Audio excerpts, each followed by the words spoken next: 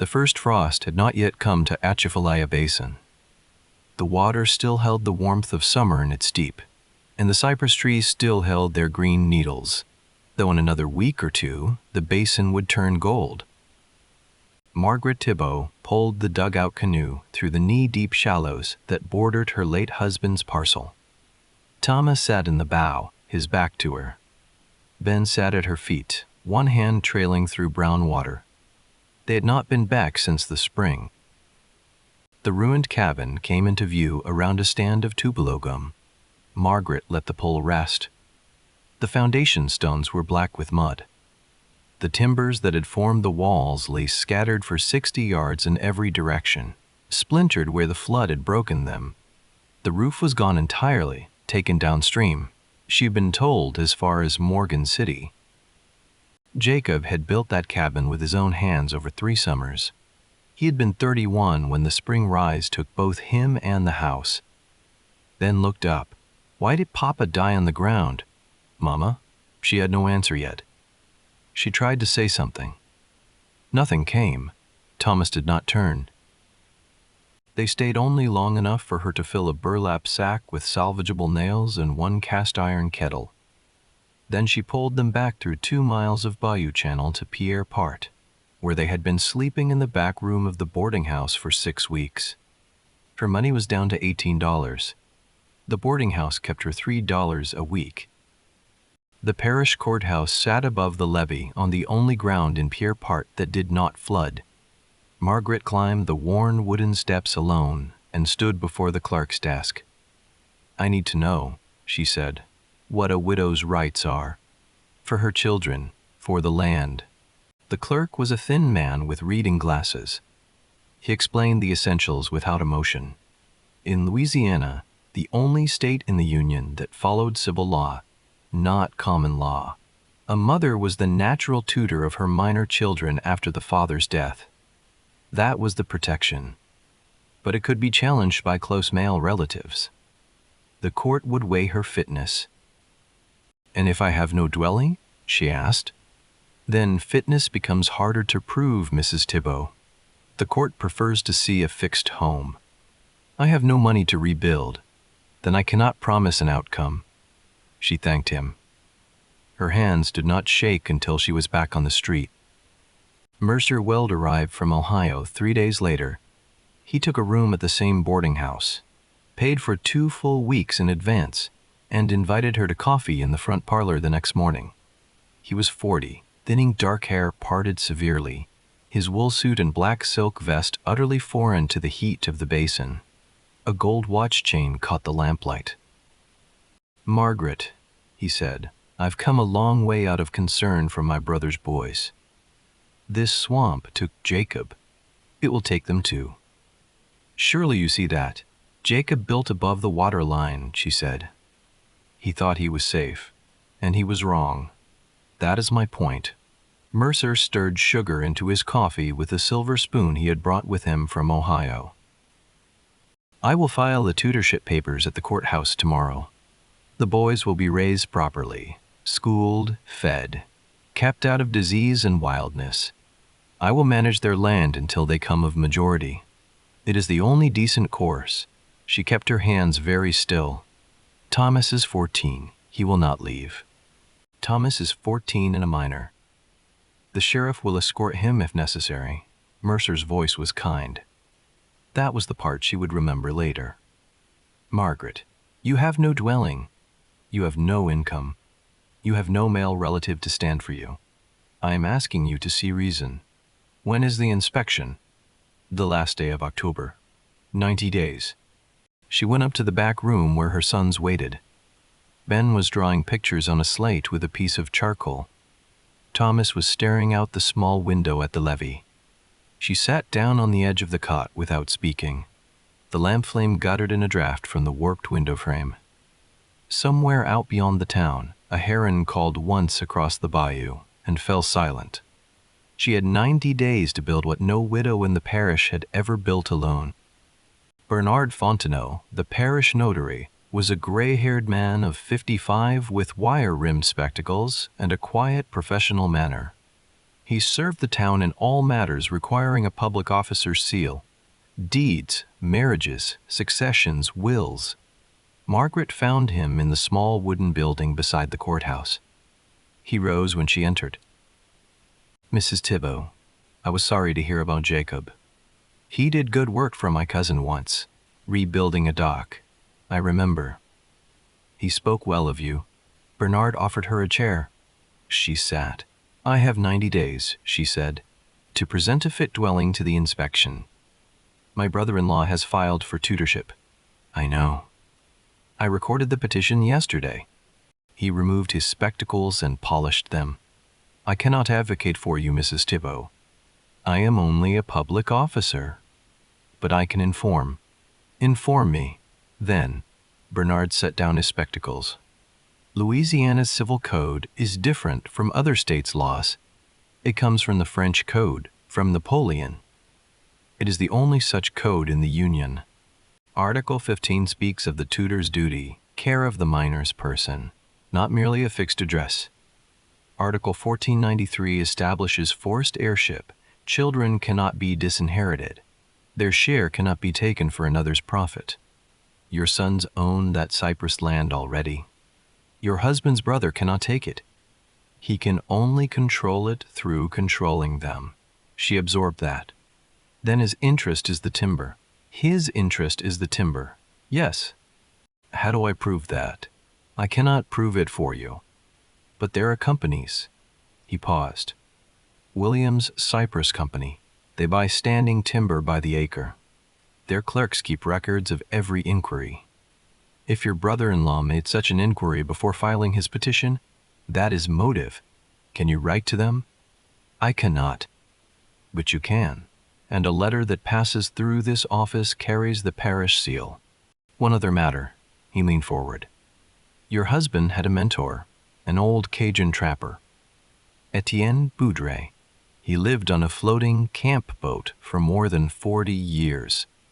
If he still lives, I have not seen him in town this season.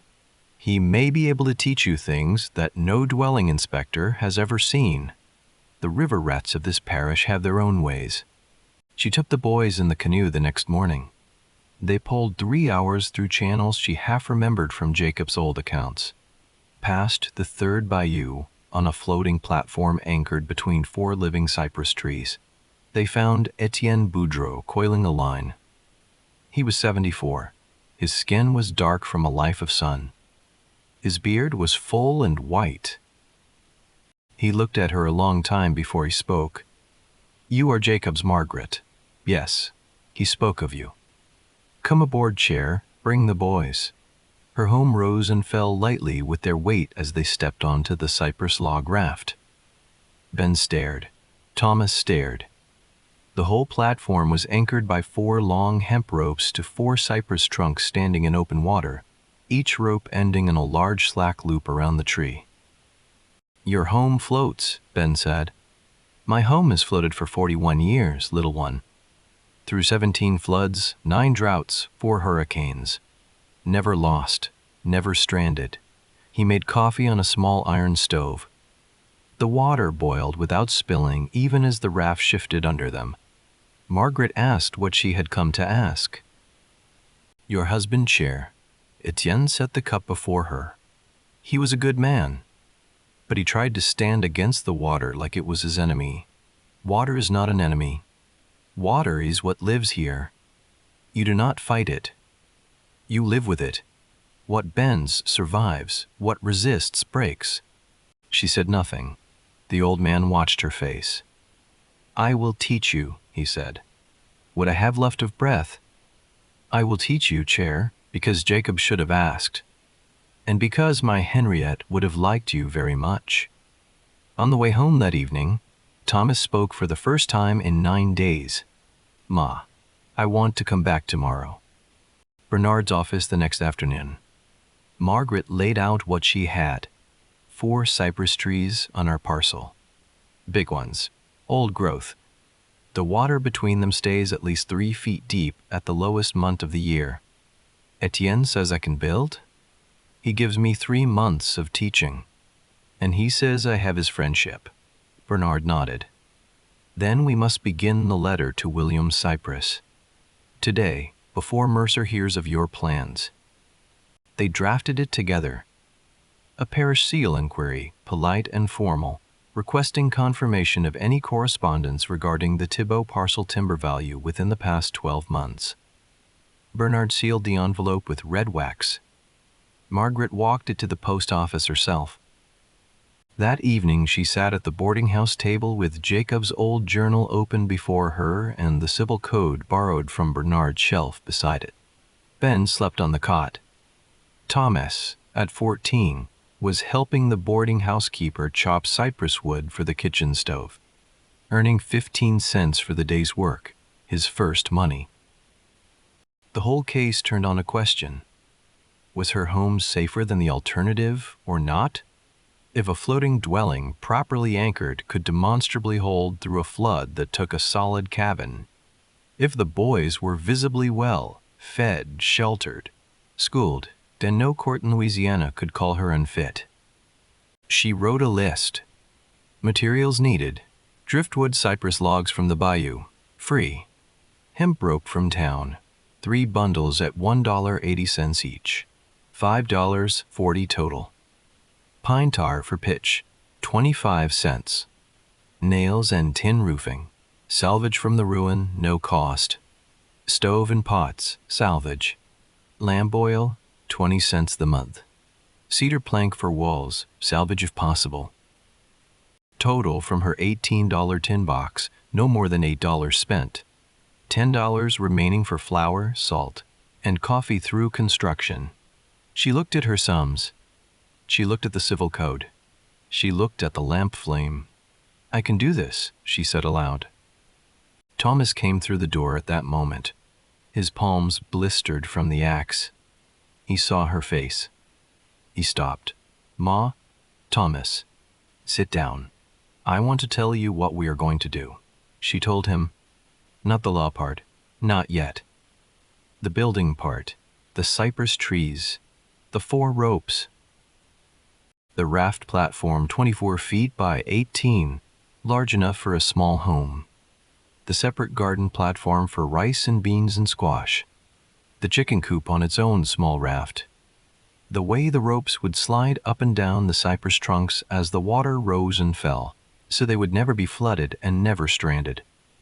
Thomas listened without interrupting.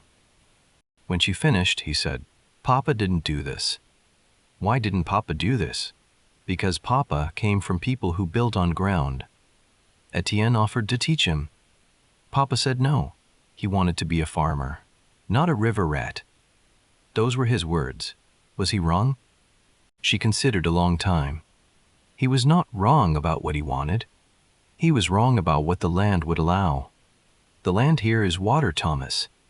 You cannot be a ground farmer where the ground itself disappears half the year. Thomas looked down at his blistered hands. "If I help," he said, "can we keep Ben?" "Yes." "We keep Ben. We keep each other. That is the whole point." He nodded once. The following Monday, Mercer Weld rode out on a rented horse to survey the ruined cabin site. He found Margaret at the water's edge, measuring driftwood logs with a length of hemp twine, with Thomas and Ben poling them into a floating bundle. "What are you doing, woman?" "Those logs. Driftwood, Mercer. The bayou's property, not the estate's." You intend to." "I intend to be ready for inspection. Last day of October, I believe you said." He watched her a long moment, calculating. She did not smile. She did not need to. He rode back to town unsettled. That evening at the boarding house, he wrote a letter to a man at William Cypress that he would later wish very much to unwrite. They began building at the last week of summer's heat. Etienne came 3 days a week by his old canoe, paddled by a young nephew who brought him. Some days his breathing was easy and he could work 3 hours. Some days he could only sit on a stump and talk. "Your first mistake," he told Margaret, standing in water up to his knees, "will be making your raft too small. I built mine for 2 of us and 1 dog 41 years ago. You will build for 3 and a garden and chickens and room to grow. Make it 24 by 18. 24 by 18 is large. 24 by 18 is what you will need. They felled 3 deadfall cypress logs from the previous spring's flood. Thomas, with the axe, learned the cypress cut, straight down, not angled, against the soft fibrous grain. Ben tied the hemp knots as Etienne taught, bowline for permanent loops, clove hitch for quick lashings, timber hitch for anchor loops. The timber hitch, Etienne said, is what holds your home to the tree. Pay attention, little one. This knot is the life of your mother and your brother. Ben paid attention. By the second week, they had a frame. By the third, a platform. By the fourth, the platform floated. Margaret watched her house rise from the water for the first time at the end of September. 24 feet long, 18 wide, 6 inches above the surface, even with Thomas and Ben and Etienne all standing on it. Cypress, she had learned, did not sink. Cypress was full of oil. It could lie submerged for 100 years and float still. The walls went up that week. Salvaged cedar planks from Jacob's ruined cabin, good still, only needing to be planed clean. A cast-iron stove recovered whole from the foundation. Tin roof sheets, rust-patched but sound, hammered into overlapping rows. A stone chimney, rebuilt piece by Thomas and Ben from the scattered stones of the old hearth. Mercer heard of the progress, and his voice grew louder at the saloon. She learned the words through Bernard, who heard them at the courthouse. Widow Thibault is building a shack that will sink at first rain. Imagine 2 boys living on such a thing. Imagine them in winter. The Ohio climate is severe, but at least the ground is solid. Bernard filed each remark in his ledger. Margaret did not answer the talk. She worked. Thomas learned to work alongside Etienne as alongside a grandfather.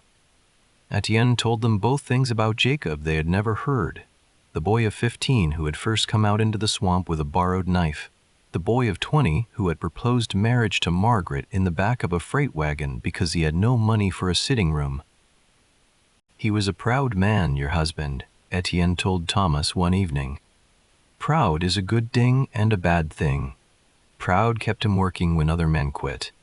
Proud made him build on the high ground when my Henriette told him to build on the water. Understand the difference, boy. Proud can be a rope around your own neck if you tie it wrong. Thomas listened. Then came the first obstacle. A cypress log split during the lashing of the garden platform. A full day's work lost, and a log they could not replace before the following weekend. Margaret sat down on the raft platform and pressed the heels of her hands into her eyes. Ma, Ben said from the water. Ma, it's only a log. It is 7 more days we do not have. Etienne coughed for a full minute before he could speak. When he did, his voice was thin. You will have another log by Tuesday, Cher. The bayou brings what the bayou brings. Sit down, drink some water. She sat down. She drank. On Tuesday, a cypress log 6 inches longer than the broken one drifted past the anchor ring at dawn. Thomas and Ben had it poled and lashed before breakfast. By mid-October, the house was roofed. The garden platform was built and planted with late rice, cabbage seedlings, and winter squash the boys had sprouted from salvaged seeds. Etienne arrived one morning and could not leave the canoe. His nephew carried him onto the raft. His lungs were full. His face had the gray of coming winter in it. Margaret made him comfortable on a cot in her new, small home. The first occupant of the new home was the old man who had taught her how to build it. Of the 6 widows in the parish who had lost husbands in the spring flood, 4 had signed tutorship transfer papers within 3 months. Margaret learned the numbers from Bernard's records during one of her afternoon visits. One of the 4 was Josephine Soilo, widow of Pierre Soilo, who had drowned at Bayou Chene. She had signed within 8 weeks. By the following summer, her 2 daughters were working as servants in a house in Alexandria she had never seen. Josephine visited them twice a year by steamer. She received no portion of the sale of their father's land, which had been sold to a lumber interest for $900 by her late husband's cousin. The second and third signers had suffered similar fates. The fourth had died, it was whispered, of shame. The 2 widows who had refused to sign, one had a wealthy father in New Orleans who had hired a lawyer. The other was Margaret. Margaret kept this ledger in her head. She did not mention it to Thomas or Ben. There were things a boy did not need to carry. The community talk grew sharp in the middle weeks of October.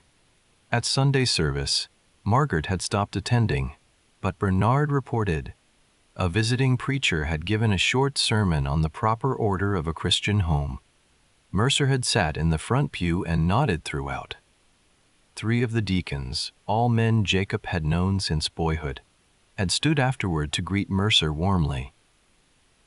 A woman of the parish who had been kind to Margaret before the flood crossed the street in town to avoid her now. An old neighbor who owed Jacob a $12 debt from a cow trade 3 years past paid the debt in full, dropped the coins into Margaret's palm without meeting her eyes, and said only, "I will not have it said I took charity from your situation." She did not ask him to finish the sentence. On a cool evening in the 3rd week of October, Etienne coughed a handful of blood into a white rag and stared at it for a long moment. "Tomorrow," he said to Margaret, "my nephew will carry me back home to my own raft. It is right I die where Henriette died. Not on your new porch chair. You need your porch for the inspection, Etienne. No, listen. You have the knowledge. 4 trees, 4 ropes. Loops must slide, must slide. Do you hear me? The rope is not a chain. The rope is a hand that lets go when the tide lifts. Do you hear me? I hear you, Thomas. Come here, boy." Thomas came. "You are the man of this house now. I do not say the man of this family, because your mother is the head of this family. The head is her. You are the hands and back. Do you understand?" "Yes, sir. When I am gone, you listen to her. Even when she is wrong, you listen first. Women in this basin know things men do not. Your father learned this too late. Do not learn it too late." "No, sir. Good boy." The nephew came at dawn. Margaret helped Etienne into the canoe. The old man took her hand and held it a long moment without speaking. Then he let go. "I will not see you after this," he said, "but your Jacob will. Tell him I forgive him the dock he never finished for me. Tell him his boys are the best work he did. Tell him I am proud. I will tell him. Goodbye, Jacob's Margaret." She stood on the edge of her floating porch and watched the canoe disappear around the cypress. The water was very still that morning. Ben sat down beside her. "Is he gone to die, Mama?" "Yes, baby. He's gone home to die." "Why does he get to die at home?" "Because he knows where home is. And home is where you choose to die." Ben thought about that. Where is our home? Margaret looked at the 4 ropes, the 4 cypress trees, the new cedar walls of the small house behind them, the stove smoke rising thin, the cabbage heads in the garden platform shining wet with morning. "Here," she said, "this is our home." Ben leaned against her side. Thomas, behind them, said nothing. 9 days remained until the court inspection. The news came on a Wednesday afternoon by the nephew's own canoe. Etienne Boudreau had died at dawn smiling, Jacob's journal on his chest. He had asked to be buried on his wife's high ground under the oak. The nephew had already laid him there. He brought Margaret Etienne's clay pipe, his straw hat, and a small folded note. Thomas, when she told him, made a sound that was not quite a sob. Then he took the canoe and was gone before she could stop him. He went to the town, to his aunt's house, and stayed 3 days without sending word. Margaret did not go after him. Ben stayed with her on the raft. On the 2nd day, the storm arrived. It came in the late afternoon, warm and heavy with the last of the Gulf's summer. The wind pushed the cypress canopy sideways. Spanish moss lifted and snapped like wet hair. The raft rocked, but held. Margaret and Ben closed the stove door, shuttered the windows, and sat on the cot holding hands. Around midnight, the wind turned, and at the third hour past midnight, the northwest anchor rope, the one Margaret had tied tightest because she was being careful, snapped with a sound like a tree branch breaking. The raft swung hard on its 3 remaining ropes. The northwest corner slammed into a cypress knee. The hull split at the lower seam. Water seeped into the garden platform first. Potato rose drowned in the dark. Margaret bailed until morning with a tin pail. Ben bailed with a wooden bowl. At dawn, the storm was gone. The bayou was the color of weak coffee. The garden was half submerged. The potato crop was lost. The cabbage heads were waterlogged and soft. Only the rice still stood tall. Rice knew water. Margaret sat on the tilted corner of her porch with her hands in her lap and could not bring herself to stand up. The shore beyond the cypress ring produced a horse and a man at 7 that morning. Mercer Weld had brought the sheriff. Sheriff Doucet was a heavy man in his 50s, quiet, watchful. He did not dismount. "Mrs. Thibault," Mercer called across the water. "I heard your home was damaged last night. I have brought the sheriff as a witness. This confirms everything I have said these 9 weeks. Inspection is 1 week from today. I advise you, with all the compassion I have, to pack your things and save yourself the humiliation." Margaret did not answer. Mercer waited. "Mrs. Thibault, do you hear me?" "I hear you, Mercer. And your answer?" "My answer's 1 week from today. At the inspection." Mercer turned his horse. Sheriff Doucet did not turn. He looked at the raft a long time. He looked at the ruined log cabin visible in the distance on the high ground, the cabin Jacob had built, the cabin that had killed him. He looked back at Margaret's floating home, damaged but still afloat. Then he said, quietly enough that only she could hear across the water, "Ma'am? That cabin behind you, on the high ground. Is that your late husband's cabin?" "Yes." "Killed him?" "Yes." "Which is still standing this morning?" Margaret looked at Jacob's ruined cabin. Walls collapsed, roof gone, timbers scattered. Then she looked at her own raft, cracked at one seam, one anchor broken, garden half drowned. Still afloat, still a house. Ben inside, boiling coffee. "Mine is," she said. Sheriff Doucet nodded once. He touched the brim of his hat. "1 week, Mrs. Thibault." He turned and rode after Mercer. Margaret sat down very carefully on the deck. Ben came out with 2 cups of coffee and sat beside her. They drank in silence. The sun came up the rest of the way. The water held them, tilted, but it held them. That night, alone, Margaret began to write a letter of capitulation. The letter was in Jacob's handwriting, because she wrote with Jacob's pen. She had gotten as far as the 2nd paragraph when Ben came out of his cot and asked if she was coming to bed. She put the letter aside. She did not put it away. She left it on the table. She slept 4 hours. She woke an hour before dawn. The storm had left a chill in the air. Margaret built up the stove fire. She made coffee. She thought about wrapping what was left of the rice. She thought about whether Mercer would take the boys by the afternoon coach or the morning one. Jacob's journal was on the shelf above the stove. She took it down. She opened it. She needed, suddenly, to find something of him that was not the empty cabin on the high ground. She read 40 pages before she found the entry she had never read before. It was from the 3rd summer of their marriage. The ink was a little faded. Jacob had written only 6 lines. She walked out onto the porch. The northwest anchor rope, the one that had broken in the storm, lay across the deck where the nephew had coiled it before he left. She picked it up. She looked at the knot she had tied Timber Hitch. Tight. Very tight, too tight.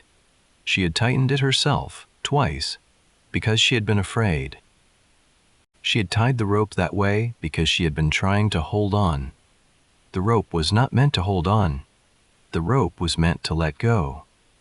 She sat down on the porch with the coiled rope in her lap and cried for a long time without sound. She cried for Jacob, who had learned this lesson too late. She cried for Etienne, who had tried to teach him. She cried for herself. Then she stopped crying. She wiped her face on her sleeve. She went inside and woke Ben. "Get dressed. We're going to do this right today." "Do what?" "Mama, let go, properly this time." At sunrise, she pulled the canoe to Pierre part. She found Thomas on the levee behind his aunt's house, splitting wood. He had split a great deal of wood in 3 days. "Thomas," he did not look up. "Thomas, I need you." "For what?" "To come home. To retie 3 ropes. To tie the 4th with your own hands." He stopped splitting.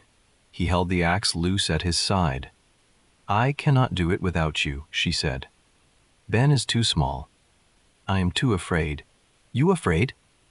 "You built the whole thing. I built it holding on too tight. I need someone to tie the ropes loose. I need a 14-year-old who can learn a knot he has not tied before." He looked at her. "Why would you let me?" "Papa wouldn't have." "Papa would have."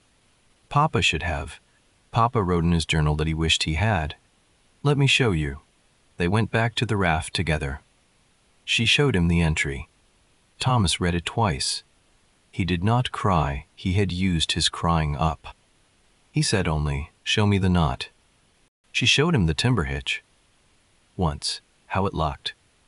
How the loop had to be large, larger than she had been brave enough to make. How the knot had to sit loose against the trunk.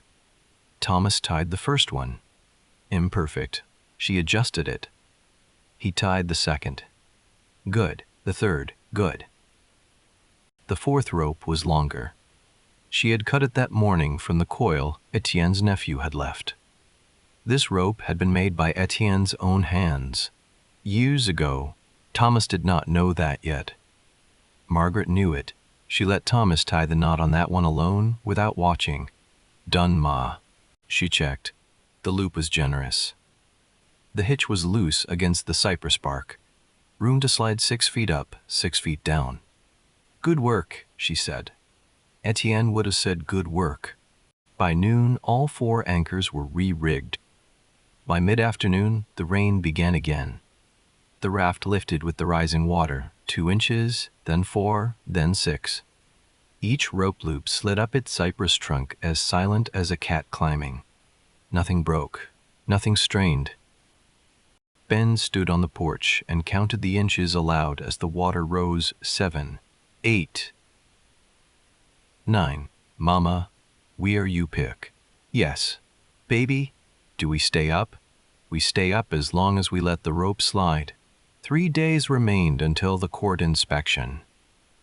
The last day of October was warm and clear. Mercer Weld arrived at the shore point at 9 in the morning with his lawyer, a thin man from Ohio named Branch, and Sheriff Doucette. Their horses stopped at the path's end. The water was high from the week's rain. No dry causeway to the floating home. Margaret pulled out the dugout calmly. "Gentlemen, I can carry one at a time across. Sheriff first, by law. Mr. Weld and Mr. Branch may observe from shore." Mercer began to protest. The lawyer Branch interrupted him in a low tone. Margaret heard the words. "Civil Code prohibits direct contact of petitioner during inspection." Sheriff Doucette stepped into the canoe without comment. She pulled him the 40 yards to the raft. He said nothing during the crossing. He watched the cypress canopy move overhead. Ben met them on the porch in his cleanest shirt. Thomas stood beside the anchor rope at the northwest corner, the rope he had tied himself with his hand resting lightly on the hemp. Sheriff Doucette walked the platform. He asked about the garden. Ben answered. naming each row rice, corn, beans, winter squash. We planted cabbage, seed potatoes. He asked about the chickens. Ben answered 8 hens, 4 to 5 eggs a day, about 30 dozen a month. He asked about the food stored inside. Margaret opened the cabinet, salt preserved fish in 5 jars, dried beans in 3 crocks, flour in a sealed tin, coffee in a smaller tin, rice in a burlap sack. He asked about the chimney. He looked up it. He asked about the water. She showed him the rain barrels. He asked about the school. She opened a shelf of books, a Bible, a Louisiana Reader, a civil code, Jacob's journal, a collection of poems, 2 arithmetic primers she had bought the previous month with the chicken egg money. He asked Thomas about the anchor ropes. Thomas demonstrated, walked the sheriff to each of the 4 cypress trees in turn, showed the large loose loop sliding freely up and down the bark, showed how the old high-water stain marks on the trunks revealed how many feet the system had handled already this season alone. 6 feet of rise in the past 9 weeks, sir. Home rose with it every time. A shower passed through during the last of the inspection. Sheriff Doucet watched the northwest rope loop slide 3 inches up its cypress trunk as the raft lifted. His face changed very slightly. Mrs. Thibault, any last matter for the court record? 3 documents, Sheriff. All notarized by Mr. Fontenot this week. She handed them across. The first, a copy of Civil Code Article 15, the tutor's duty of care of the person of the minor. The second, a copy of Civil Code Article 1493, establishing that her sons were already the forced heirs of the Thibault parcel. The third, a letter from William Cypress Company, parish sealed, confirming that on the 23rd of August, 6 days before Mercer Weld filed his tutorship petition, one Mr. M. Weldote of Dayton, Ohio, had written to inquire as to the standing timber value of the Thibault parcel. The company had quoted back approximately $2,400 for cutting rights. Sheriff Doucet read each document carefully. Then he folded them and placed them inside his coat. I have seen enough. He pulled back with her to the shore. He did not climb down from the canoe. He called across the bank to Mercer Weld. Mr. Weldout, I'll see you at the courthouse tomorrow morning. 9 o'clock, bring your counsel. Mercer went pale. Sheriff, I trust you found the dwelling. I found the dwelling safer than your brother's cabin was, sir. And I have 3 documents that will be read aloud tomorrow before the parish judge. The hearing the next morning was brief. The judge heard the sheriff's report. The 3 documents were read into the record. The Williams Cypress letter was read last, and when the quoted figure of $2,400 was spoken aloud, the room went very quiet. Mercer Weld did not speak. His lawyer spoke for him, briefly, poorly. The judge's ruling was delivered in 4 sentences. Petition denied. Dwelling judged safe and sufficient. Mother confirmed as natural tutor. Petitioner ordered to pay court costs of $18 and prohibited from refiling without new material evidence. Margaret walked out of the courthouse into a cold, clear morning. Bernard walked beside her. Thomas and Ben waited on the steps. Let's go home, she said. Home, Ma. 2 springs later, a thin young woman named Agnes Landry pulled a leaking skiff to Margaret's raft at first light. She had 2 small children with her and a creditor 3 days behind. Margaret took her in. Agnes stayed 14 weeks. In that time, she learned to fell a cypress log, to lash a raft platform, to tie a timber hitch loose against a buttressed trunk, to plant a floating garden in rows that would not tip in wind. She learned to read the Civil Code aloud in the evenings. She learned the names of the 4 articles that protected widows and the 8 that protected their children. She learned to write a parish-sealed letter. She built her own floating home 2 bayous west of Margaret's. She named her first daughter after Henriette Boudreau, whom she had never met. By the time 15 winters had passed, there were 27 floating homes in the Atchafalaya Basin. and 11 of them had been built by widows. 9 of those 11 had defeated tutorship petitions by producing, at inspection, 3 documents, Article 15, Article 1493, and a parish sealed letter confirming the petitioner's timber inquiry.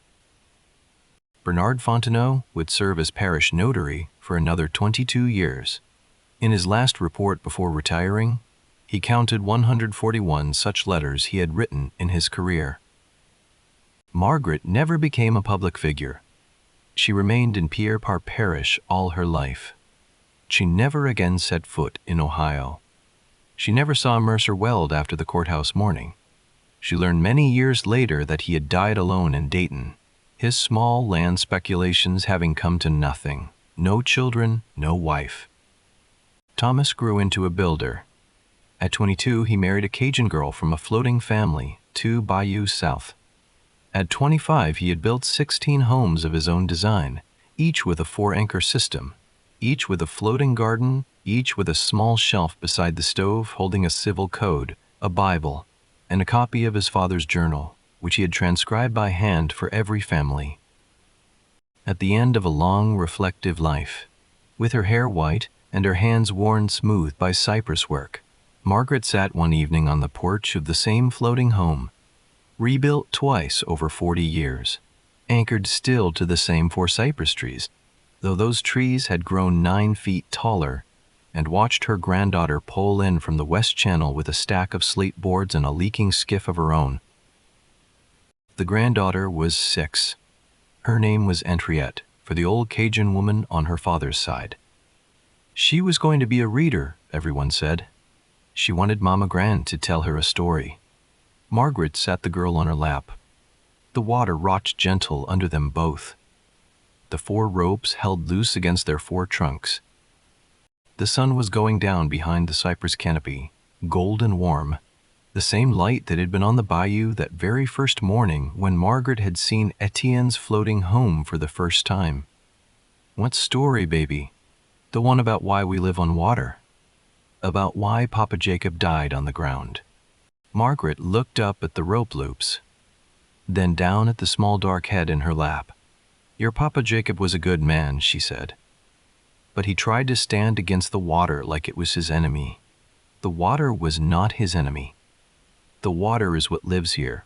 Henriette waited. What bends survives, baby. What resists breaks. Rise with what comes. Do you hear me? Yes, Mama Grant. Say it back. What bends survives. What resists breaks. Rise with what comes. Good girl. That is all I know. That is all I will ever know. And that is enough. The sun dropped behind the cypress. The lamp came on inside the small home. The water rocked them both, as it had rocked 42 years of life, as it would rock 40 more. Margaret Thibault's name never made it into any courthouse record beyond a denied petition. But tomorrow, somewhere, a widow is being told her home is not a home, and somewhere else, a woman is looking at a rope she has been holding too tight for too long. If something in Margaret's story reached a quiet place in you tonight, we'd be grateful if you'd leave a like and subscribe to Western Frontier Wisdom Channel. It helps these older stories find the listeners they were made for.